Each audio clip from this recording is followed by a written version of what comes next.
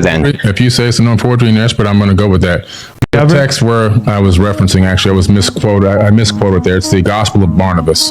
Let's deal with that too, because I've actually worked with, there are two manuscripts of the Gospel of Barnabas. The Gospel of Barnabas is a really interesting document because it is a known forgery. And so that's why I think it's important to get to these sources. So at the very start of the Gospel of Barnabas, which we only have two copies of, one is in Italian and one is in Spanish, we see right off the bat that the Gospel of Barnabas, not to be confused with either the Epistle of Barnabas or the Acts of Barnabas, which are two apocryphal documents from the 2nd century, but the Gospel of Barnabas in particular, we know it's a forgery because it does things like in chapter 92, it says that Jesus spent 40 days on Mount Sinai, and then he came to the Jordan River and he walked to Jerusalem.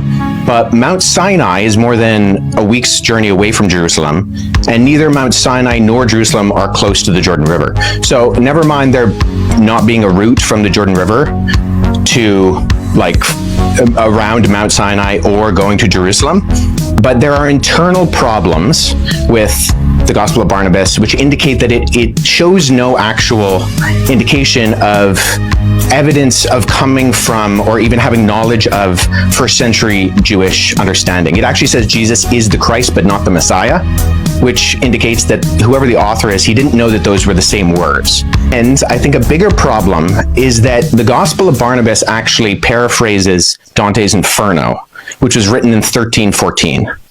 So there's a lot of internal evidences that disqualify the Gospel of Barnabas, never mind the fact that we don't have any evidence of it prior to the 14th century, and none in any other language other than Middle Age Italian Italian and Spanish.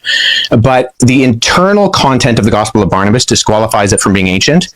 And then the fact that it's doing things like paraphrasing Dante, or it also refers to a rule of the time of Jubilee, which was changed in the Middle Ages from what it was in the biblical year of Jubilee. And it goes with the Middle Ages concept, not the ancient concept. So if we're relying on something like the Gospel of Barnabas, which is not just it's not that there's debate about it, it's a known forgery. I mean, no one's referring to the Gospel of Barnabas as anything other than. If you say it's a known forgery, yes, but I'm going to go with that.